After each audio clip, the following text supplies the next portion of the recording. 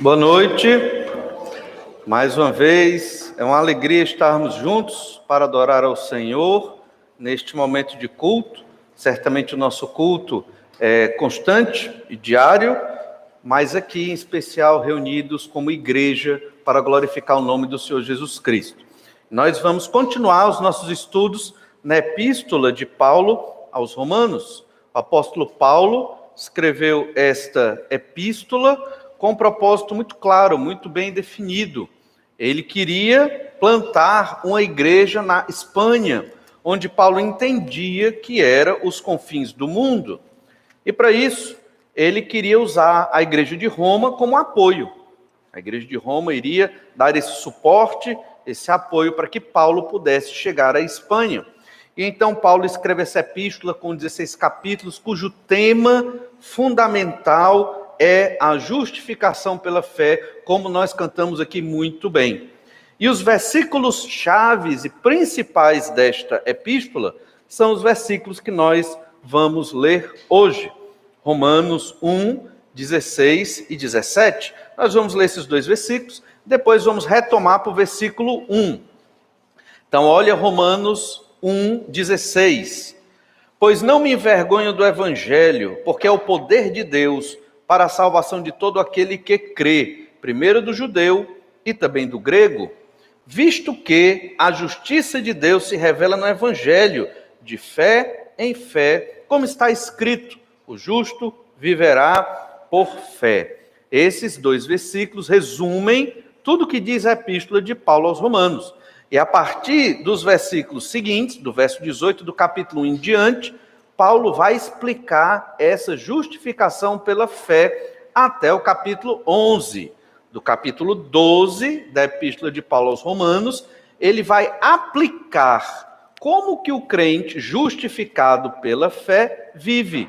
Do capítulo 12 até o capítulo 16. Sempre as epístolas do apóstolo Paulo são assim. Tem uma parte bem teológica, bem teórica, que explica o que é que está acontecendo, quem é Deus, o que é que ele está fazendo, e tem uma parte muito prática, que é exatamente a parte aplicável. Isso acontece na Epístola aos Efésios, na Epístola aos Colossenses. Isso significa de cara que nosso estudo da Bíblia, ele não é para ficar só dentro da nossa cabeça, não é só para nós aprendermos muito da Bíblia. A palavra de Deus, ela tem por função transformar a vida daquele que creu no Senhor Jesus Cristo. Nossa transformação, como falamos de manhã, ela começou no dia da nossa conversão, quando o Espírito de Deus abriu o nosso coração, os nossos olhos, para compreender as verdades da palavra de Deus. Só que essa transformação, ela continua até hoje. E nós devemos ser transformados dia a dia, de graça em graça. Por quê? Porque ainda somos pecadores. Não vai chegar o dia em que você vai chegar num nível de santidade que você perceba, agora sim, eu cheguei no ápice, não peco mais, né? Sei tudo, conheço a Bíblia de ponta a ponta, pronto. Não, esse dia nunca vai chegar, porque somos pecadores, sempre estamos aprendendo sobre a Escritura, sobre como viver a Bíblia Sagrada, a palavra de Deus dia após dia, aprendendo de Deus, como amar a Deus, como amar o próximo. Isso é constante e é normal que todos nós aprendamos assim. Hoje nós vamos aprender sobre a justificação pela fé. Mas antes, vamos recapitular. Do verso 1 até o verso 7, nós vimos que somos responsáveis pela obra de Deus na vida das pessoas. Assim como Paulo se colocou como responsável da obra de Deus na vida das pessoas. Vamos ler o verso 1. Paulo, servo de Jesus Cristo, chamado para ser apóstolo, separado para o evangelho de Deus, o qual foi por Deus outrora prometido por intermédio dos seus profetas nas sagradas escrituras, com respeito a seu filho, o qual segundo a carne veio da descendência de Davi, e foi designado Filho de Deus com poder, segundo o Espírito de santidade, pela ressurreição dos mortos, a saber, Jesus Cristo nosso Senhor, por intermédio de quem viemos a receber graça e apostolado por amor do seu nome, para a obediência por fé entre todos os gentios, de cujo número sois também vós chamados para serdes de Jesus Cristo. A todos os amados de Deus, que estáis em Roma, chamados para serdes santos, graça a vós outros e paz da parte de Deus, nosso Pai e do Senhor Jesus Cristo. Paulo se entendia como servo, também como apóstolo, e que ele era devedor à obra de Deus a todos os gentios aqui, e que ele tinha que falar de tudo que fora dito no Antigo Testamento sobre Jesus. Isso é muito importante, porque a mensagem do apóstolo não foi inventada por ele. Na verdade, quando ele escreve uma epístola dessas, inspirado pelo Espírito Santo de Deus, ele não está criando um ensino dele, que sai da cabeça dele, vai criar a igreja dele, a seita dele. Não é assim. Paulo está ensinando o que fora dito no Antigo Testamento. E isso nos ajuda mais ainda a confiar na palavra de Deus, porque ela é toda amarrada, entende? Ela é toda cheia de relações, e ela vai se confirmando. Cada livro da Escritura não é um livro isolado, que a pessoa disse o que deu na telha. Não funciona assim. O Espírito Santo de Deus, desde o primeiro livro, Gênesis, escrito por Moisés, vem fazendo relações lógicas e de sentido, de modo que, se houver incoerência, aparece. Porque são 66 livros, são 1.500 a 1.600 anos de história entre o primeiro livro e o último, e até hoje não se confirmou incoerência na Bíblia. Obviamente, muita gente discorda da Bíblia, e muita gente nega a existência de Deus, e por isso discorda da Bíblia, só que a Bíblia é sagrada, tão perfeita, que ela se complementa.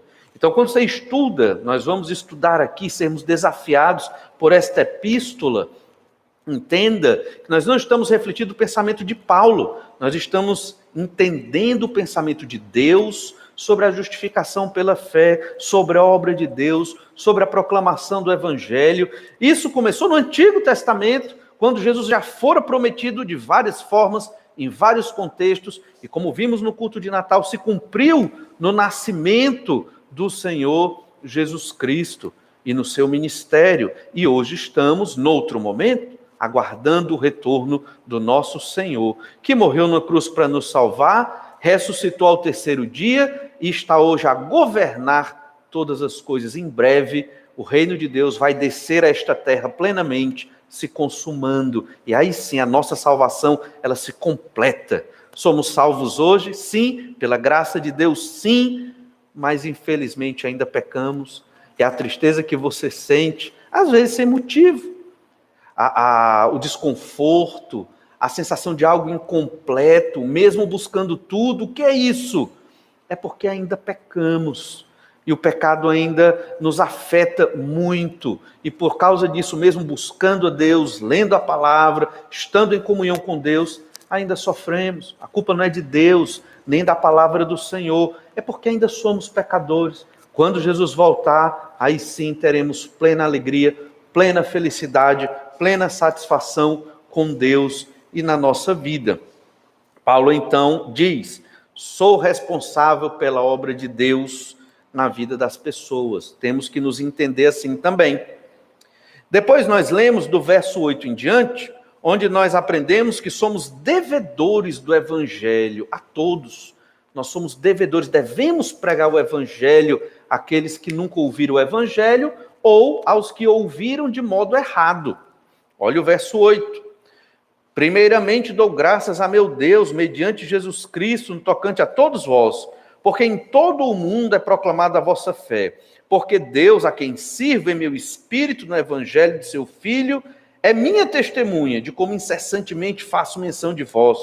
Em todas as minhas orações, suplicando que, em algum tempo, pela vontade de Deus, se me ofereça boa ocasião de visitar-vos. Porque muito desejo ver-vos, a fim de repartir convosco algum dom espiritual, para que sejais confirmados, isto é, para que em vossa companhia, reciprocamente, nos confortemos por intermédio da fé mútua, vossa e minha. Porque não quero, irmãos, que ignoreis que muitas vezes me propus ir ter convosco, no que tenho sido até agora impedido, para conseguir igualmente entre vós algum fruto, como também entre os outros gentios, pois sou devedor, tanto a gregos como a bárbaros, tanto a sábios como a ignorantes, Por isso, quanto está em mim, estou pronto a anunciar o evangelho também a vós outros em Roma. O apóstolo Paulo orava a Deus agradecendo pela igreja de Roma. O testemunho dessa igreja era maravilhoso. O testemunho dele se estendia além das fronteiras da cidade. Paulo ouvia falar dos crentes de Roma e ouvia coisas boas que esses crentes romanos seguiam em santidade e adoração ao Senhor. Então Paulo queria visitá-los, porque não conhecia. Essa igreja ela foi plantada por romanos, judeus, que se converteram a Jesus, ou judeus romanos, que se converteram a Jesus lá no dia de Pentecostes, quando pela primeira vez o Espírito Santo desce, inaugura a igreja e passa a habitar dentro das pessoas de modo sobrenatural e miraculoso. Muitos de outros povos que foram a Jerusalém, judeus espalhados, que foram a Jerusalém para adorar, ouvindo a mensagem dos galileus, através daquele dom de línguas, e a mensagem de Pedro ali, o sermão de Pedro em Atos 2, muitos se converteram. Dentre estes, alguns crentes, alguns judeus romanos, que se tornaram crentes no Senhor Jesus Cristo. Voltando a Roma, o que é que eles fizeram? Plantaram uma igreja ali em Roma. E é essa igreja que Paulo está falando. Ele não conhece essa igreja e quer trocar frutos espirituais. Ou seja, quer motivá-los e quer ser motivado. Olha, o apóstolo, ele é humilde. Os apóstolos de hoje não são assim, né? Os apóstolos de hoje, eles não querem aprender nada com os irmãos da fé em outros locais. Eles sabem tudo. Mas Paulo era diferente, porque era um verdadeiro apóstolo. Os de hoje não existem, não é? Existem, se dizem, mas não são. Só foram 12 apóstolos, Paulo era um deles, e o apóstolo Paulo, mesmo tendo intimidade profunda com o Senhor, ele queria trocar edificação com aquela igreja. Isso é maravilhoso. Não sei se você já passou por isso, mas quando você viaja e vai a outra igreja, né, uma igreja bíblica, uma igreja decente, e ali você conhece outros irmãos, né, outros pastores, outra luta, outra batalha, aquilo ali te anima, pelo menos a mim anima, motiva, e você começa a dizer, olha, lá a gente luta por, a nossa batalha tem essas dificuldades, aqui vocês têm outras dificuldades, e como nós somos abençoados, e vocês são também, mas em outro sentido, e você cresce na fé percebendo que não somos só nós que batalhamos pela fé. Existem outras igrejas bíblicas, nem sempre são batistas, mas são bíblicas, são coerentes, que pregam o evangelho da maneira correta e que nós podemos nos edificar. Era isso que Paulo queria, edificar e ser edificado. E ele disse, sou devedor, tanto a gregos como a bárbaros. Ele devia o evangelho a todos, inclusive o genuíno evangelho. E então chegamos nos versículos que acabamos de ler, versos 16 e 17. Por que ele anuncia o evangelho? Por que ele é devedor do evangelho? E o evangelho aqui são as boas novas do Salvador, sim, mas tudo que envolve a salvação em Cristo. A mensagem da salvação ela é muito simples. Você tem que se arrepender dos seus pecados, crer no Senhor Jesus e você será salvo. Basta isso, é muito simples. Você não precisa fazer um curso de teologia para você ter a salvação em Cristo. Você precisa ler João 3,16. O Espírito Santo vai agir na sua vida. Você não vai ser obrigado, nem pressionado para uma conversão. Isso não existe, nem deve existir. Essa pressão emocional para que você se converta. Isso deve acontecer através da ação do Espírito Santo de Deus. E junto com a pregação do Evangelho, aquela pessoa crê no Senhor Jesus, e isso se torna uma conversão sólida e genuína, e se é crente, persevera até o último dia da vida na fé no nome do Senhor Jesus Cristo. Mas esta mesma conversão e salvação, ela também é muito complexa. Então, depois que você creu em Jesus, agora o que foi que aconteceu comigo? E é isso que Paulo vai dizer aqui. O que foi que aconteceu conosco? O que aconteceu nos céus para que eu viesse a ter uma salvação que eu não paguei nada por ela? Foi de graça, saiu de graça. Foi que aconteceu? Nós temos que aprender, irmãos, a justificação pela fé, porque quanto mais aprendemos, o preço pago pelo Senhor Jesus na cruz, por conta dos nossos pecados, para não sermos condenados ao inferno, certamente seremos cada vez mais fiéis a Deus. não por causa dos homens, nem por causa da instituição, mas por causa do Senhor Jesus Cristo. Você vai ter tempo, arranja tempo, você vai ter vontade, motivação, porque a obra que o Senhor Jesus fez na cruz, ninguém faria por nós. Olha, eu não sei se você acredita, mas não existe pessoa que mais te ama do que o Senhor Jesus Cristo, do que o Pai, o Filho e o Espírito Santo. Não existe. Não existe pessoa em que mais você possa confiar na vida que não seja o Pai, o Filho e o Espírito Santo. Não existe. Eles sabem profundamente quem cada um de nós é, melhor do que nós mesmos. E eles não nos rejeitam. Talvez se você contasse tudo que passa na sua cabeça para outra pessoa, essa pessoa te rejeitasse. Ficasse abismada, assustada e nem quisesse mais chegar perto de você. Não estou dizendo que é para contar, não é para contar não. Só estou dizendo que isso iria acontecer. Deus sabe tudo na nossa mente, no nosso coração, e Ele nos recebe todo dia. E se eu pecar, basta eu orar em nome de Jesus, e os meus pecados serão perdoados, pela graça de Deus. Tudo isso por conta dessa chamada justificação pela fé. Isso tem resultados eternos, nossa salvação e vida eterna, mas também tem resultados terrenos. Paz com Deus, tranquilidade, contentamento, satisfação, não com as coisas deste mundo, que eu não posso controlar, mas satisfação em viver com Deus e ter comunhão com o Senhor. Esses 2 versículos, que o tema é a justificação pela fé, vão nos ensinar que nós temos bons motivos para pregar o Evangelho. Nós temos bons motivos para pregar o Evangelho. E era isso que Paulo queria dizer. Por isso eu prego o Evangelho, porque eu tenho bons motivos para pregar esse Evangelho. O primeiro desses motivos, ou desses porquês para pregar o Evangelho, está no verso 16. Não devemos nos envergonhar do Evangelho. Por isso que eu tenho que pregar o Evangelho, porque não me envergonho dele. Romanos 1,16.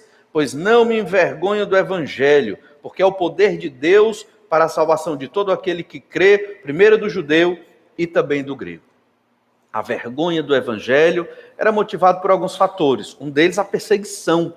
Ao ser perseguidos, os cristãos, eles, em um certo sentido, tinham essa vergonha do Evangelho e negavam a Cristo. Interessante, nos documentos da igreja cristã, no século II, a carta de um governante romano, ele comenta que os verdadeiros cristãos, mesmo quando perseguidos, se eu não me engano era Plínio Jovem que escreveu, mesmo quando perseguidos, eles não deixavam a fé em Jesus, iam para a cruz, iam para a morte.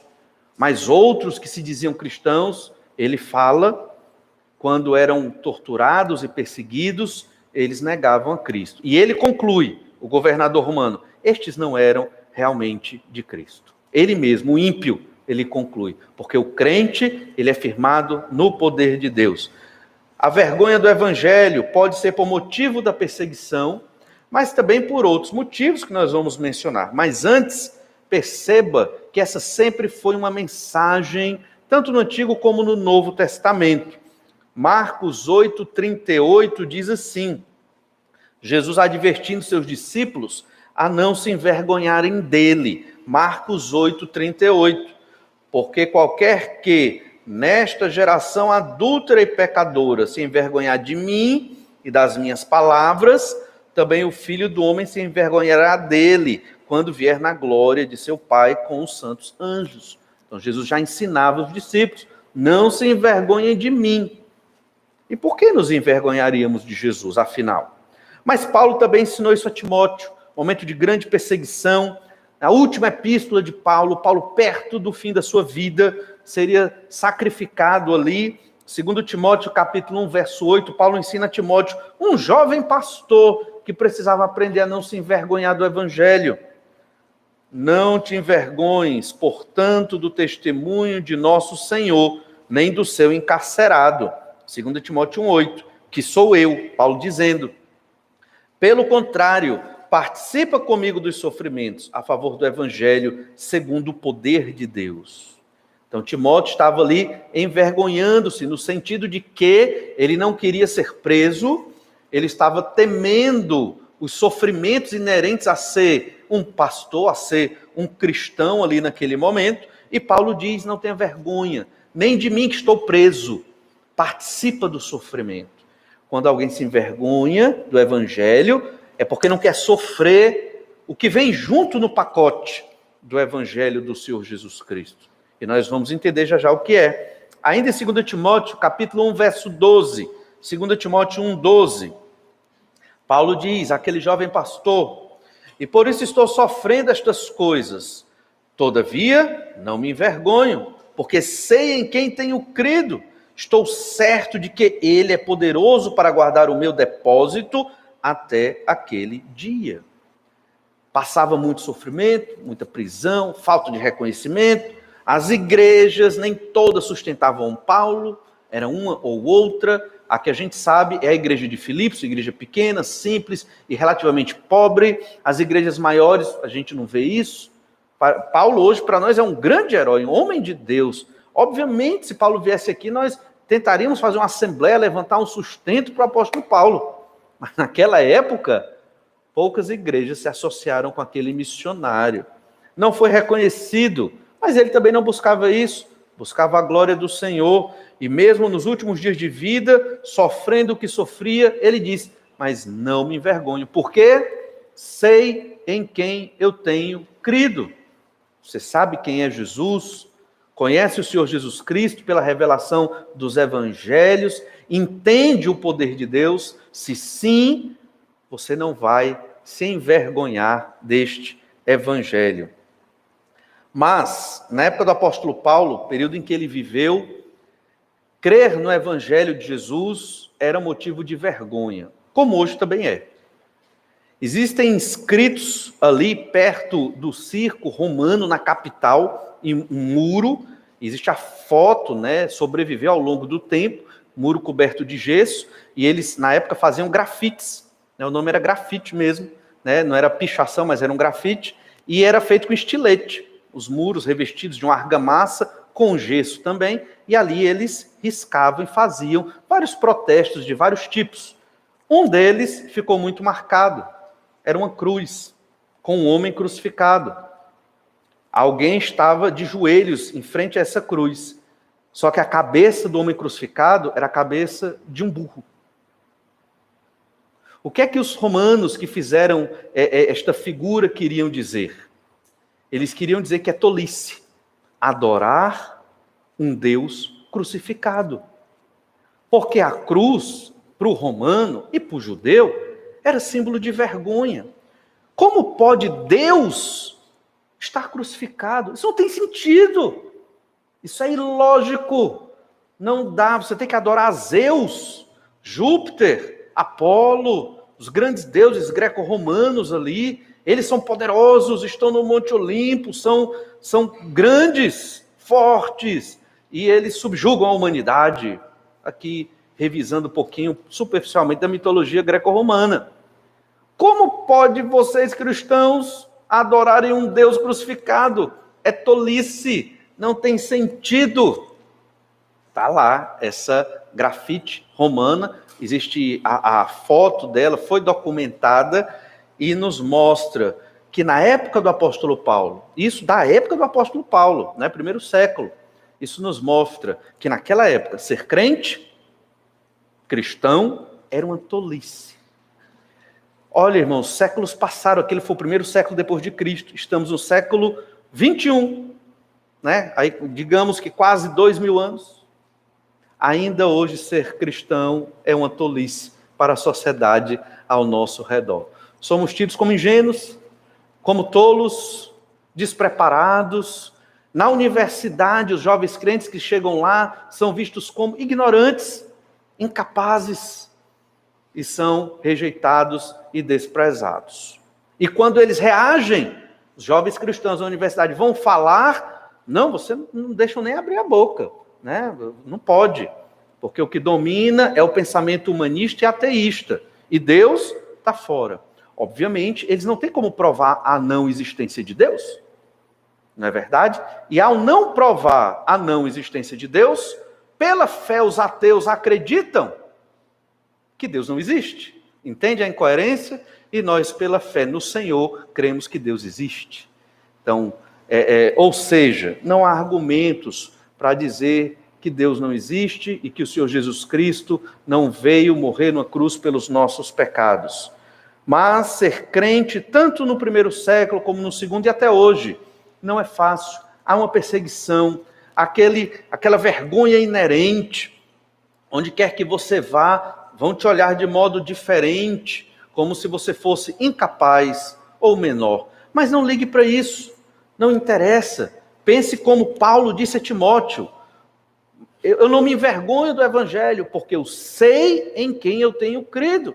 Jesus não é um Deus fraco, porque foi crucificado. Pelo contrário, ao ser crucificado, o Senhor Jesus foi forte, ressuscitou ao terceiro dia e livrou a humanidade, ao menos grande parte da humanidade, da condenação do inferno. Este é o Evangelho, esta é a força, o poder de Deus para a salvação de todo aquele que crê. Completamente diferente das religiões humanistas, que defendem que você tem que fazer obras para chegar a uma salvação, que você tem que ser o melhor, o mais poderoso, o campeão, o vencedor, subjugar os outros para ser alguém na vida. Não é essa a mensagem de motivação que nós ouvimos por aí? E nem assim que muitas vezes nós crescemos, né, sempre querendo ser maiores do que os outros? O Evangelho é diferente. Começou com Jesus, que sendo Deus se fez homem e morreu na cruz pelos nossos pecados. E foi aos seus discípulos, nós, pequenos cristos, que devemos amar a Deus em primeiro lugar e o nosso próximo. E amar o próximo implica colocar o próximo acima de mim, para servi-lo, para cuidar dele e para ajudá-lo. 1 Coríntios 1,18, nós entendemos bem o sofrimento dos cristãos ali do primeiro século. Olha 1 Coríntios capítulo 1, verso 18, onde Paulo diz que a cidade de Corinto era uma cidade grega, cosmopolita, que conhecia muito bem a mitologia e que tinha esse entendimento das filosofias gregas na época. E olha o que Paulo diz ali para aquela igreja, 1 Coríntios 1, 18. Certamente a palavra da cruz é loucura para os que se perdem. É loucura. Então, quem ouve o evangelho da salvação, isso é loucura, isso não existe. Isso não pode acontecer. Mas, para nós que somos salvos, poder de Deus. Só vai crer nesta mensagem da cruz aqueles a quem Deus abrir os olhos para enxergar pela fé o sacrifício do Senhor Jesus Cristo. Não é humano. O ser humano por si só, ele não consegue entender, enxergar, aceitar a mensagem da cruz. Ele até entende cognitivamente a explicação, mas ele não aceita, ele desconsidera, ele não quer essa mensagem para ele. E o Evangelho, a Bíblia Sagrada, ela é assim, ela é muito clara. Ou é loucura, ou é poder. Escolha onde você está. É muito claro, não deixa as coisas esquisitas, enevoadas, cinza, não. Ou você escolhe o Senhor Jesus como Senhor e Salvador da sua vida, na verdade ele que te escolheu primeiro, ou você acha que é loucura e pronto, vive aí na sabedoria do mundo. Irmãos, a vida é assim, ou eu escolho Deus ou eu rejeito, ou a sabedoria de Deus ou a sabedoria do mundo, não há um meio termo. No momento que você quiser o meio termo, você já excluiu Deus da sua vida. Veja como era difícil viver no Evangelho naquela época. Ainda em 1 Coríntios capítulo 1, olha o verso 23. Mas nós pregamos a Cristo crucificado, escândalo para os judeus, loucura para os gentios. Nós quem? Os crentes. Pregamos Cristo crucificado. Por que Cristo crucificado era escândalo para os judeus? Porque os judeus, de modo errado, interpretando errado os textos do Antigo Testamento, eles queriam um Messias forte e guerreiro que os livrasse de Roma. Eles queriam a prosperidade, a libertação do império. Mas primeiro, o servo do Senhor, como em Isaías 53 diz, ele tinha que vir, padecer e sofrer para nos livrar da nossa condenação. E ainda, é loucura para os gentios, como acabamos de dar o exemplo desse grafite lá nos muros da cidade de Roma. Ainda, 1 Coríntios capítulo 2, verso 3, e foi em fraqueza, temor e grande tremor que eu estive entre vós. Então, Paulo mostrando como foi difícil chegar, pregar o evangelho na igreja de Corinto. Foi em fraqueza, temor e grande tremor. Mas ele não se envergonhou do evangelho. Irmãos, nós temos que aprender a viver sempre defendendo o evangelho do Senhor Jesus Cristo em todas as situações da nossa vida. Isso vai implicar muitas vezes perder algumas amizades. Não porque você vai ser ignorante, não é isso. Nem vai ser agressivo, também não é isso. Mas é porque no momento que você finca a bandeira de Cristo na sua vida e no seu lar, muitos não vão querer ir mais no seu lar e na sua casa, porque lá vai estar a pureza do evangelho, a santificação, o desejo de glorificar a Deus. Isso não interessa para a sociedade ao nosso redor. Eles não querem estas coisas. As pessoas querem o pecado e cada vez mais se afundar neste pecado. Não devemos nos envergonhar do evangelho, é o que Paulo diz claramente no verso 16, pois não me envergonho do evangelho. E na sequência, que é o segundo momento desse texto, é que o evangelho é o poder de Deus. Por que eu não me envergonho? Porque ele é o poder de Deus. É o segundo momento da nossa meditação, Romanos 1,16, porque é o poder de Deus para a salvação de todo aquele que crê, primeiro do judeu e também do grego. Essa salvação não é só para o judeu. Para nós, isso a gente lê e nem percebe direito, mas naquela época havia uma distinção muito grande dentro da igreja. Judeu num canto, gregos, gentios, romanos do outro lado. Então havia essa disputa, e Paulo vai tratar disso no capítulo 11, capítulo 14 e 15 dessa epístola. E não era só a igreja de Roma que sofria com isso, a igreja de Corinto também. Essa era a divisão. Talvez nas nossas igrejas hoje, o problema seja uma questão social. Talvez. Eu sei que em algumas igrejas da América do Norte, o problema é racial. E aí as igrejas vão lutando contra esses problemas, e nós temos que vencer essas barreiras para nos unirmos cada vez mais como corpo de Cristo, para a glória de Deus e para a expansão da pregação do evangelho na obra missionária. Um dos argumentos de Paulo aqui, ao escrever essa epístola, é que uma igreja dividida e que tem confusão, ela não foca na obra missionária. Por quê? Porque ela está brigando. Então nós não podemos viver brigando entre nós. Tá? A igreja tem que estar unida para adorar a Deus, para a glória do Senhor e para investir na obra missionária. O segundo momento é este: o evangelho é o poder de Deus. E isso também foi dito inúmeras vezes no Novo Testamento. Atos 1:8, versículo tão conhecido: mas recebereis poder ao descer sobre vós o Espírito Santo e sereis minhas testemunhas, tanto em Jerusalém como em toda a Judéia e Samaria e até os confins da terra. Recebereis poder. Então, esse é o nosso poder. O Espírito Santo, ao descer, nos deu poder. De quê? Você é uma testemunha. Testemunha quer dizer o quê? Você é um embaixador, você representa Jesus na terra. Você é o promotor do reino de Deus na terra. Você, a quem Deus abriu os olhos para conhecer o evangelho de Jesus, você tem um tesouro. Paulo chamava de tesouro, que é a palavra do Senhor, que ele guardava esse tesouro. E nós devemos passar para as pessoas. Você tem algo muito valioso na sua mão. O evangelho de Deus é o poder de Deus. E se você fica com esse evangelho só para você e não compartilha com os perdidos que vivem nas trevas, você continua devedor, como vimos no texto passado. Você não está cumprindo a sua missão como cristão, como servo do Senhor Jesus Cristo. Quando você começa a falar deste evangelho, mais e mais você vai querer proclamar e falar dele, e anote, você vai se sentir um cristão verdadeiro, um cristão ativo, você vai se sentir fazendo parte desta obra.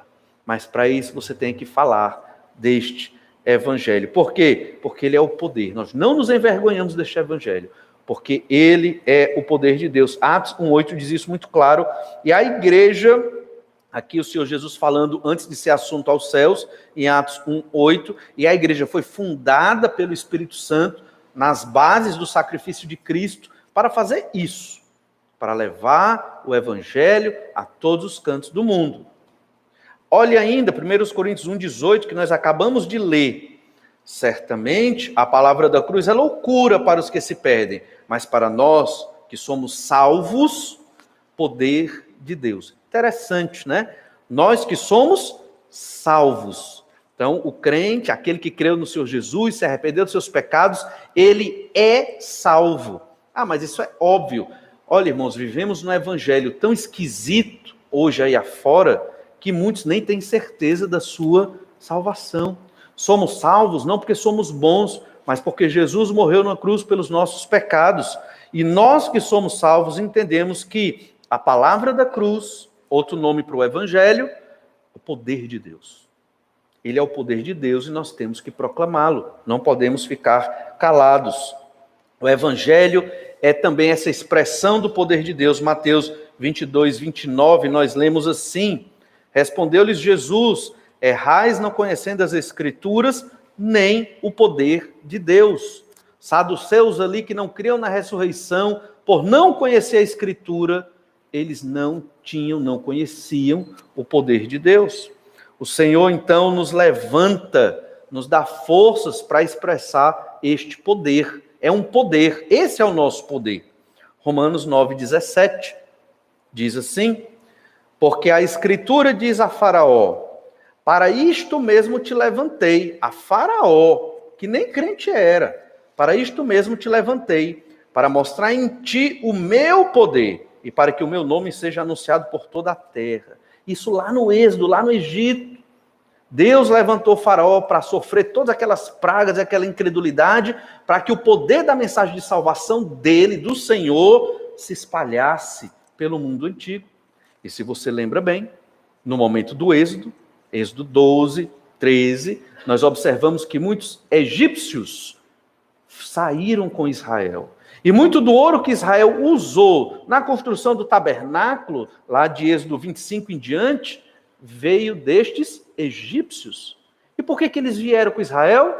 Porque eles creram na mensagem do descendente, na mensagem do Cordeiro Pascal, dramatizada ali no momento da fuga deles, e esse Cordeiro apontava para Jesus, o Cordeiro de Deus. O Senhor quer que nos levantemos para mostrar o poder de Deus a todas as nações. Olhe ainda em 1 Coríntios 1, 24. 1 Coríntios 1, 24 diz: mas para os que foram chamados, tanto judeus como gregos, pregamos a Cristo, poder de Deus e sabedoria de Deus. A pregação de Cristo, poder de Deus e sabedoria de Deus. Quando você abre a boca para falar João 3,16, texto extremamente claro, que todos nós cristãos conhecemos muito bem, e fala para alguém, você não está perdendo o seu tempo. Você está expressando o poder de Deus. Só Deus transforma vidas. Você pode morrer de tentar transformar uma pessoa, você não consegue, ela não vai mudar. Pode ser seu marido, pode ser sua esposa, pode ser seu filho, pode ser um amigo. Não muda. Não muda. Só Deus. Ele transforma as pessoas, sem violentá-las, amando-as. É milagre, é sobrenatural. Se tiver um problema com seu cônjuge, com seu filho, ou com um familiar, um amigo, você deve conversar, obviamente. Mas mais do que isso, você tem que orar. Porque só Deus transforma vidas. Nós não temos essa habilidade e essa capacidade. Aconselhamos, lemos a Bíblia, existe a exposição da Escritura aqui, mas eu não me iludo que esta palavra, o que eu consigo transformar vocês. Eu sei que eu não consigo. E isso até me conforta, né? Me dá alívio e tranquilidade. Porque eu sei que quem transforma a todos nós é Deus, o Espírito Santo de Deus, que age nas nossas vidas, mediante a palavra pregada, quando devidamente pregada, como dito na Escritura. Efésios, capítulo 3, verso 20. Ora, aquele que é poderoso para fazer infinitamente mais do que tudo quanto pedimos ou pensamos, conforme o seu poder que opera em nós. O poder de Deus opera em nós, age em nós, para proclamarmos o evangelho, que é o poder de Deus. Então, no dia que você se sentir fraco, Ah, eu entendi tudo da mensagem. Entendi que texto maravilhoso da Epístola de Paulo aos Romanos, mas eu não consigo. Olha, nenhum de nós vai conseguir pregar o Evangelho se não for pelo poder de Deus que age em nós. Você não precisa ter vontade, você não precisa sentir algo mágico para falar o Evangelho para alguém. Você só precisa falar. Vá contra os seus instintos humanos. Vá contra o seu pensamento de pecado que lhe empurra para trás. Simplesmente obedeça. Obedeça. Fale. Com vergonha, com medo, sem saber. Fale do que Jesus fez por você. Normalmente, eu comecei a pregar o Evangelho perguntando às pessoas. Uma pergunta muito simples. Você conhece a história de Jesus? A resposta da maioria das pessoas é sim. Ah, conheço. E você sabia que Jesus... Aí eu começava. Fez isso e fez aquilo por você? Você já leu a Bíblia? Aí você começa, faz algumas perguntas e vai apresentando o Evangelho para aquela pessoa daquele que você conhece. Você não precisa fazer um curso de teologia para falar do Evangelho. Basta você ler sua Bíblia. Ler o Evangelho de João. Essa epístola tem um plano maravilhoso para você pregar o Evangelho para alguém que não conheceu o Senhor Jesus Cristo. Só não pode ficar calado. Você tem que anunciar o poder de Deus aos que estão perdidos. 2 Timóteo 1:8.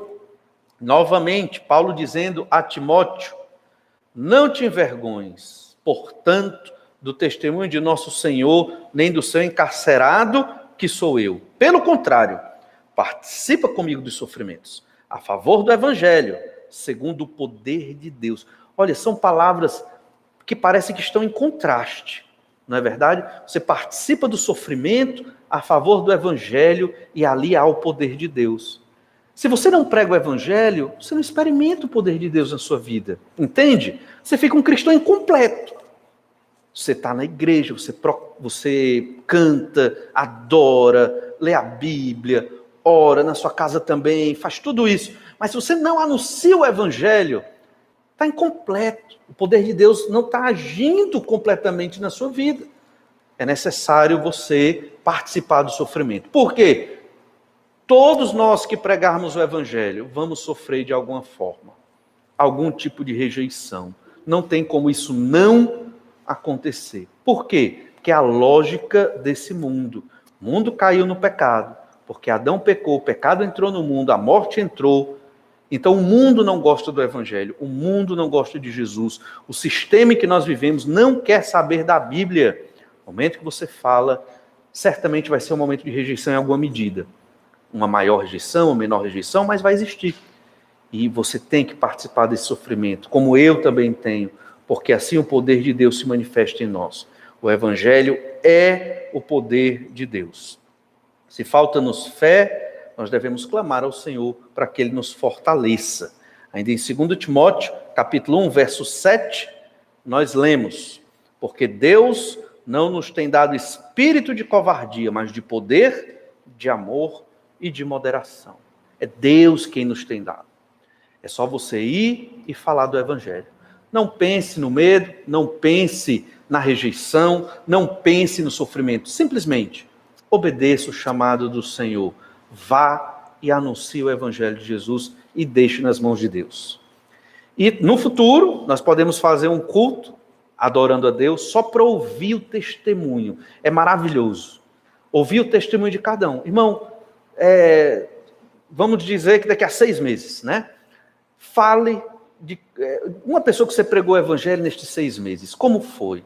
E aí cada um vai falando. Isso é extremamente maravilhoso, porque nós percebemos que o poder de Deus realmente, verdadeiramente, age nas nossas vidas, quando pregamos o Evangelho. E por fim, no versículo 17, volta lá para Romanos 1,17, um terceiro momento, argumento e motivação para pregarmos o Evangelho, é que o Evangelho revela a justiça de Deus. O Evangelho revela a justiça de Deus. É muito simples esse texto. Nós não devemos nos envergonhar do Evangelho. O Evangelho é o poder de Deus, porque o Evangelho revela a justiça de Deus. Verso 17. Visto que a justiça de Deus se revela no Evangelho de fé em fé, como está escrito, o justo viverá por fé. São versículos tão profundos, resumem tudo do Evangelho. Paulo vai destrinchar tudo isso na epístola.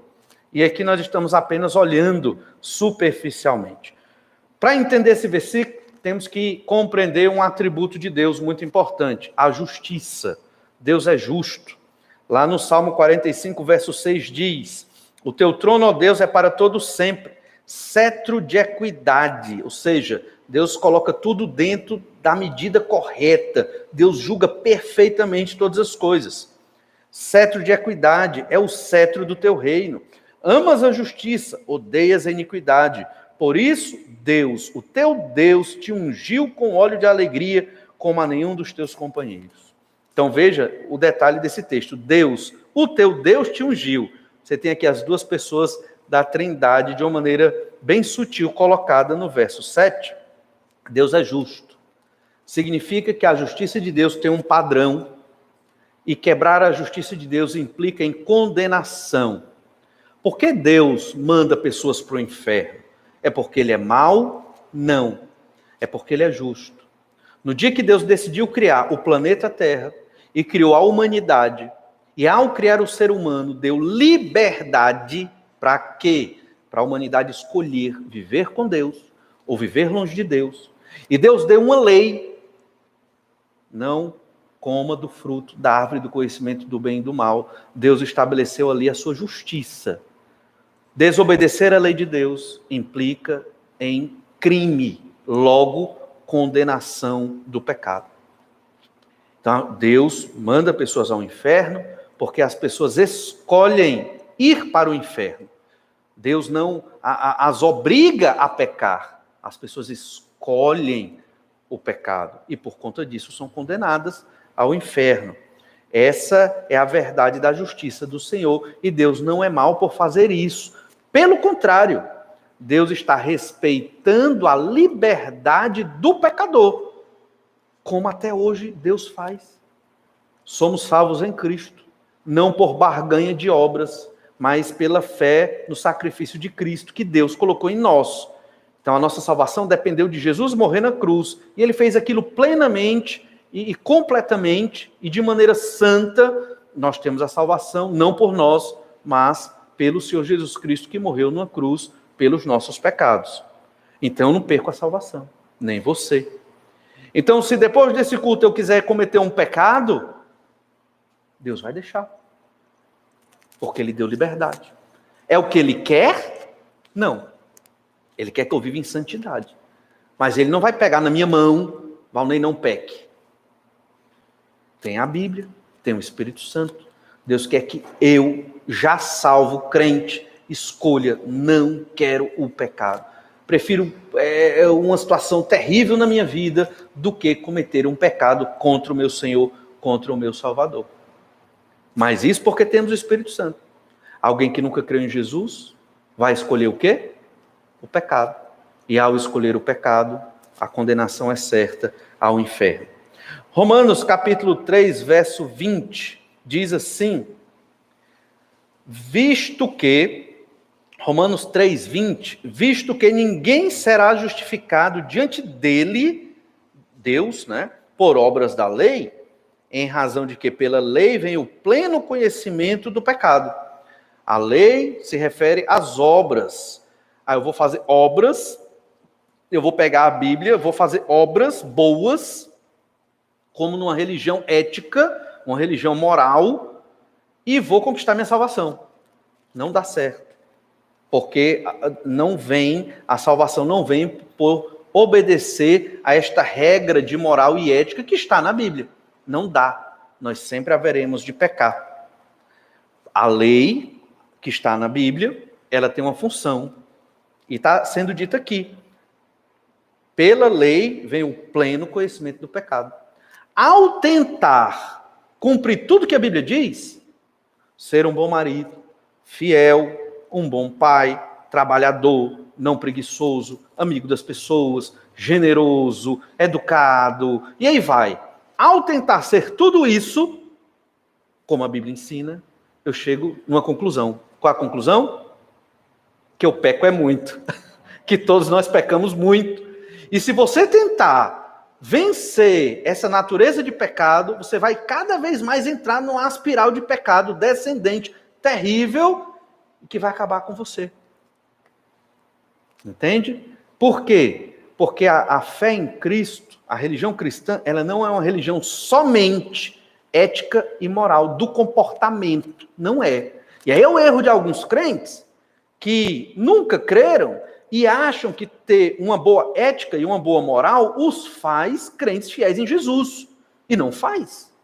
Porque depende da fé que Deus coloca em nós. Verso 21, Romanos 3, 21. Mas agora, sem lei, se manifestou a justiça de Deus, testemunhada pela lei e pelos profetas. Essa justiça, Paulo não criou aqui, tá vendo? É muito. Isso você tem que colocar, nós temos que colocar na nossa mente. Paulo não está inventando. Ele pega essa justiça de Deus, que é testemunhada desde a lei dos profetas. Ou seja, desde o Antigo Testamento se fala da justiça de Deus. Ou seja, Deus vai punir o pecador, sim, mas também da justiça em que o justo paga pelos injustos, pelos pecadores. É a justiça de Deus. A graça e a justiça estão muito relacionadas ali. Deus não podia, porque ele é justo, simplesmente chegar e dizer aos pecadores: olha, vamos deixar para lá, peca aí, eu vou deixar vocês numa boa. Não vai ter condenação não, no final das contas eu me acerto aqui, eu sou Deus mesmo, eu faço o que eu quero, pode pecar, ninguém vai para o inferno. Deus não podia fazer isso. Ele estaria se contradizendo, ele estaria deixando de ser Deus. Então, como salvar um pecador criminoso que desobedeceu à lei de Deus? Alguém tem que pagar por ele, porque ele mesmo não tem como pagar, porque a condenação é eterna. Ele não é eterno ao ponto de pagar essa condenação. Então, algum homem tem que pagar, representando a humanidade. Como Adão representou a humanidade na queda, tem que ter um representante humano que livre a humanidade do inferno. Mas esse representante não pode ser só humano, porque não tem condição. Ele não tem o que dar para cumprir o castigo de Deus. Por que é que um ser humano, quando não crê em Jesus e morre, passa a eternidade no inferno? Porque ele não tem como cumprir a justiça de Deus. Então a pena dele é eterna, para todo sempre. Diferente de Jesus, que é Deus, homem. Como homem, representa a humanidade na condenação. E como Deus, ele pode pagar a pena do pecado humano, porque Jesus é infinito no seu ser. Só Deus, homem, poderia morrer na cruz e como sacrifício a Deus nos livrar da condenação dos nossos pecados. Por isso, o pecador tem que se arrepender dos pecados e crer em Jesus para não ser condenado ao inferno de fogo por toda a eternidade. E Paulo está somente dizendo o que os profetas já haviam falado no Antigo Testamento. Olha o verso 22. Justiça de Deus mediante a fé em Cristo Jesus para todos e sobre todos os que creem, porque não há distinção, pois todos pecaram e carecem da glória de Deus. Todos, toda raça, todo extrato social, todas as pessoas do planeta, 7,5 bilhões de pessoas precisam do Senhor Jesus Cristo. A fé em Jesus não é só do Ceará, não é só do Brasil, não é da América do Norte, é de todo o planeta. E quando paramos para pensar nisso, quantas nações não têm igrejas como nós temos aqui? Você virou aqui, tem uma igreja. Você foi ali, tem outra igreja. Você vai ali, é cheio de igreja. Não estou dizendo as que são boas ou ruins, estou dizendo que tem um monte de igreja pregando por aí. Tem país que não tem nada. Paulo aqui, o objetivo aqui, um dos principais objetivos, e na Espanha plantar uma igreja. Então esta mensagem da justificação pela fé, de não se envergonhar do evangelho, do poder de Deus, que é o evangelho, e da justificação pela fé, ela não deve ficar aqui, ela deve ir às nações, e nós como igreja temos que investir na obra missionária. A justiça de Deus, então, expressa esta salvação desde o Antigo Testamento. Não vamos falar de todos os profetas aqui, não vai dar tempo, mas olha Romanos capítulo 10, verso 3. Romanos 10, 3. Porquanto, desconhecendo a justiça de Deus e procurando estabelecer a sua própria, não se sujeitaram a que vem de Deus. Então, isso olha como ele descreve a natureza humana. O ser humano, ele não conhece a justiça de Deus e procura estabelecer a sua própria justiça. Quando? Quando o próprio ser humano diz o que é certo e o que é errado, pelo que ele acha que é certo e que é errado. Ele desconsidera o que Deus diz que é o correto, tira Deus da equação e ele estabelece a sua própria justiça. E o final do verso 3, não se sujeitaram à que vem de Deus, à justiça que vem de Deus. Então o ser humano, ele retira, hoje na modernidade, naquela época havia outro pensamento, mas hoje na modernidade é semelhante, tira-se Deus da equação, Deus não importa, Deus não vale, vamos criar a nossa própria justiça. O que é a nossa própria justiça? Eu tenho que ser bom para os pobres, né? Eu tenho que ser amável com as pessoas, eu tenho que ser generoso, pronto. Fazendo isso, está tudo bem. Mas a justiça de Deus não fala só disso. Sim, você tem que ser amável com as pessoas, ajudar os desfavorecidos, sim, isso está dentro da justiça de Deus, mas é mais. Você não tem que fazer isso para os homens, mas para a glória de Deus. E mais, a justiça de Deus é mais do que assistência social. É crer que Jesus morreu na cruz pelos nossos pecados. O que é mais importante? Nós levarmos o evangelho aos perdidos ou alimentá-los? Talvez seja chocante. Ou alimentá-los. O bom é fazer os dois, né? O bom é fazer os dois. É você compartilhar, dividir e ainda pregar o evangelho. O que não podemos fazer é a barganha. Eu te dou o alimento e te prego o evangelho. Aí o que é que acontece? Ele vai crer, mesmo sem crer. Porque essa pessoa me deu o pão, como é que eu vou dizer, né, que eu não quero crer no Cristo que ele está pregando? Mas o que eu quero dizer com isso é que é mais importante levar o evangelho do Senhor Jesus Cristo. Óbvio que temos que ajudar, temos que compartilhar, mas é mais importante, é o bem maior, é o tesouro que nós temos, é o evangelho do Senhor Jesus Cristo. Ainda em Romanos 5,17. Romanos 5,17 diz: se pela ofensa de um e por meio de um só reinou a morte, falando aqui de quem? De Adão, né? Romanos 5,17, se pela ofensa de um e por meio de um só reinou a morte, muito mais os que recebem a abundância da graça e o dom da justiça reinarão em vida por meio de um só, a saber, Jesus Cristo. Então o Senhor Jesus Cristo, ele é um segundo Adão, um último Adão. O primeiro Adão nos levou à morte, ao pecado e à condenação. O Senhor Jesus Cristo nos leva a uma vida com Deus, salvação, paz e tranquilidade. E então, volte para Romanos 1,17, nosso versículo-chave. Falamos muito sobre a justiça de Deus, que se revela no Evangelho, de fé em fé, como está escrito: o justo viverá por fé. O que significa o justo viverá pela fé? Aqui é uma citação que Paulo está fazendo de Abacuque 2,4. Lá em Abacuque 2,4 nós lemos: eis o soberbo, sua alma não é reta nele, mas o justo viverá por sua fé. Abacuque vivia uma crise que ele expressou para Deus: Senhor, por que os ímpios vão destruir o teu povo, Judá? Por que os babilônios vão vir levar cativo o povo de Judá? Ele não entendia isso. Por que os ímpios? Não entra, Senhor, o que está acontecendo? E ele começou, em um certo sentido, a duvidar do plano e da soberania de Deus. E o Senhor se revela a Abacuque para que ele creia no Senhor, mesmo nos momentos de maior dificuldade. O soberbo, ele se acha arrogante, ele não crê no Senhor. Quando vem as dificuldades, ele pode até culpar Deus, mas não confia que até as dificuldades fazem parte do plano de Deus. O soberbo é o que não é crente. A sua alma não é reta nele, mas o justo é o crente, ele vive pela fé. O que significa isso? Ele confia no Senhor. Ele confia no plano de Deus. Ele confia na salvação do Senhor. E é aqui que Paulo pega esse texto E usa também lá em Gálatas para nos ensinar sobre a justificação pela fé.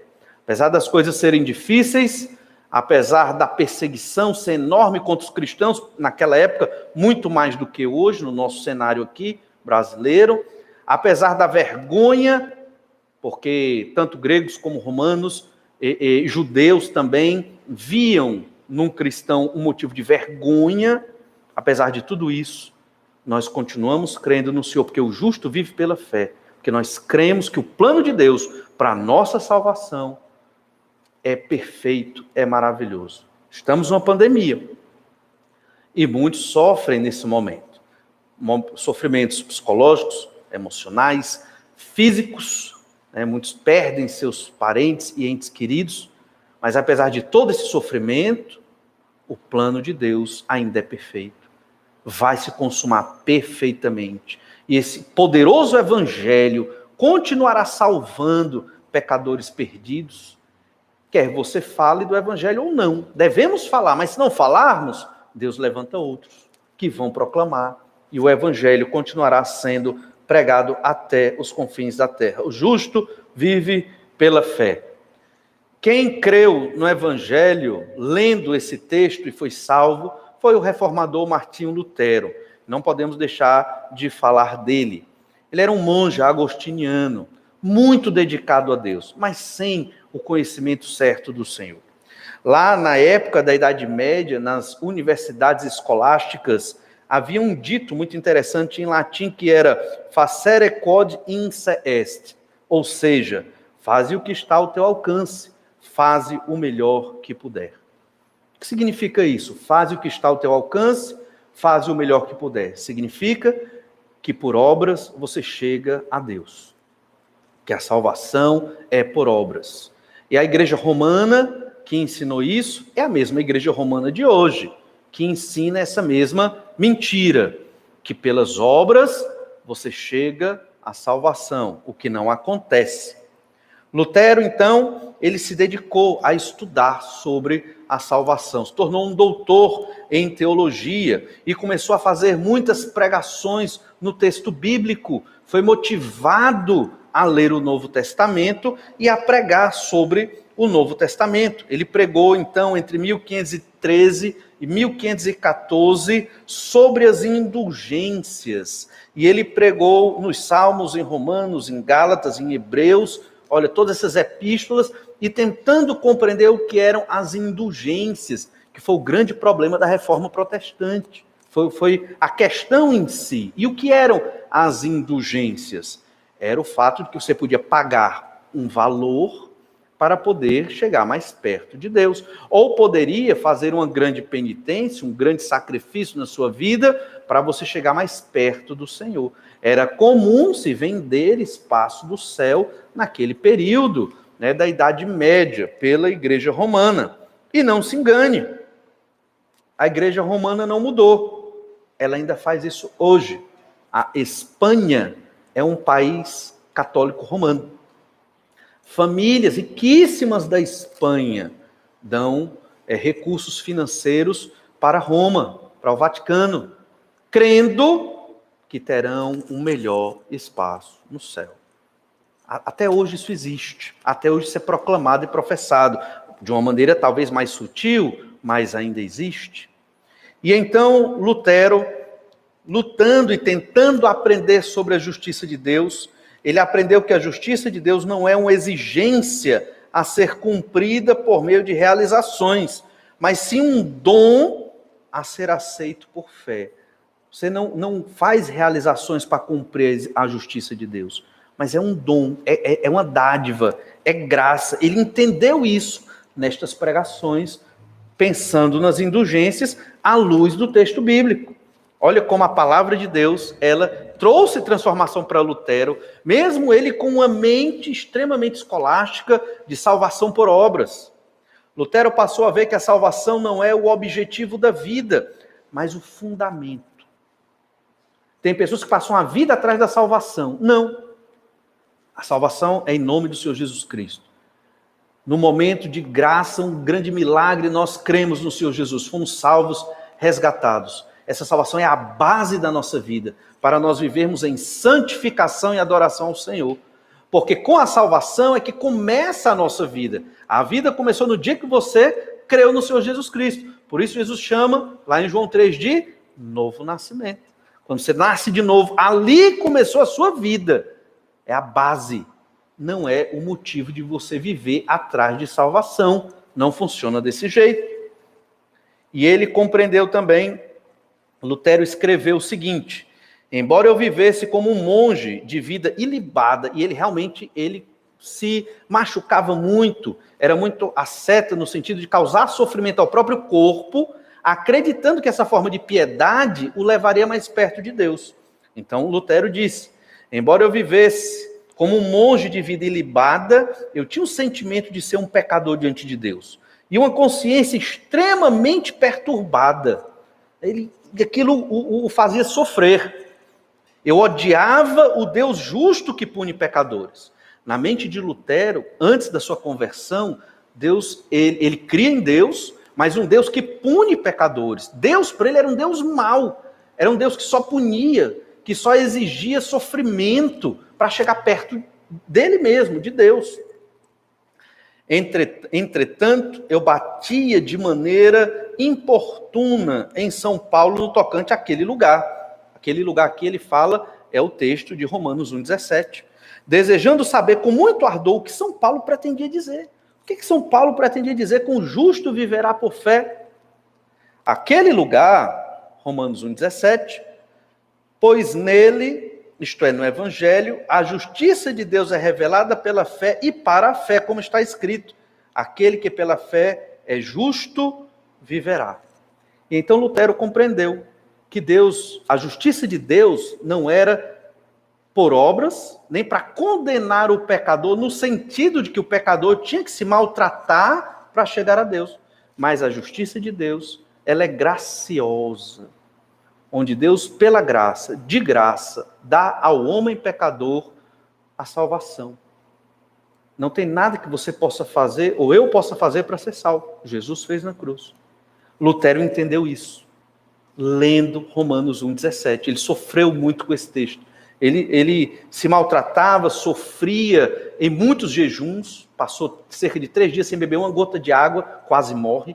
Jejuns quase para morrer. Ficava no frio, a Alemanha, muito frio, ficava no frio para poder sofrer com um frio intenso, a fim de se purificar dos pecados, porque ele achava que Deus gostava disso.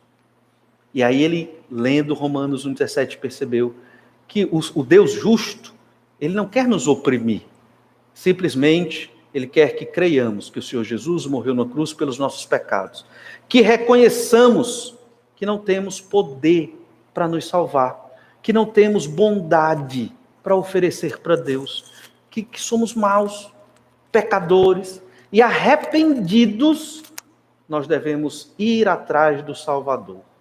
E esse arrependimento, quem coloca em nós é o próprio Deus, o Espírito Santo de Deus, para que nos arrependamos e reconheçamos a nossa condição de pecadores, e o quanto Deus é maravilhoso estar de braços abertos para nos receber.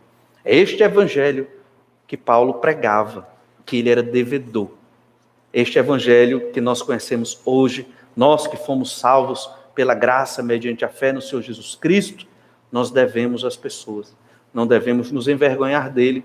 Ele é o poder de Deus e é a justiça de Deus para salvar todo pecador arrependido. Vamos orar, pedir que o Senhor nos abençoe. Pai, te agradecemos por tua graça e misericórdia e pelo teu amor para conosco. Senhor, que o Senhor nos use na tua obra, Pai amado. Abra os nossos olhos para vermos o valor das coisas. Valorizamos tantas coisas e perdemos tanto tempo. E acabamos não pregando o teu evangelho como devemos fazer. Capacita-nos, Senhor Deus, a usar as nossas vidas, vozes, mentes, família, recursos, tudo para proclamar o teu evangelho. Que seja o principal, a glória ao teu nome, a proclamação do teu evangelho. Capacita-nos, ó Pai, assim como o Senhor abriu a mente de Lutero ali, estudando a tua palavra, crendo na justificação pela fé, baseado na graça do Senhor, capacita-nos a amarmos este evangelho e a proclamarmos a todos que estão ao nosso redor, a todos os perdidos, a todos os filhos das trevas que estão ao nosso redor, que não conhecem, não entendem esse amor de Deus. Capacita-nos a sermos estes mensageiros. É o que eu te peço. No nome do Senhor Jesus. Amém. Vamos ter um momento de oração silenciosa agora. Você pode um pouco mais falar com o Senhor, o seu Salvador, e suplicar a graça dele na sua vida. Vamos então orar. Boa noite a todos e até breve.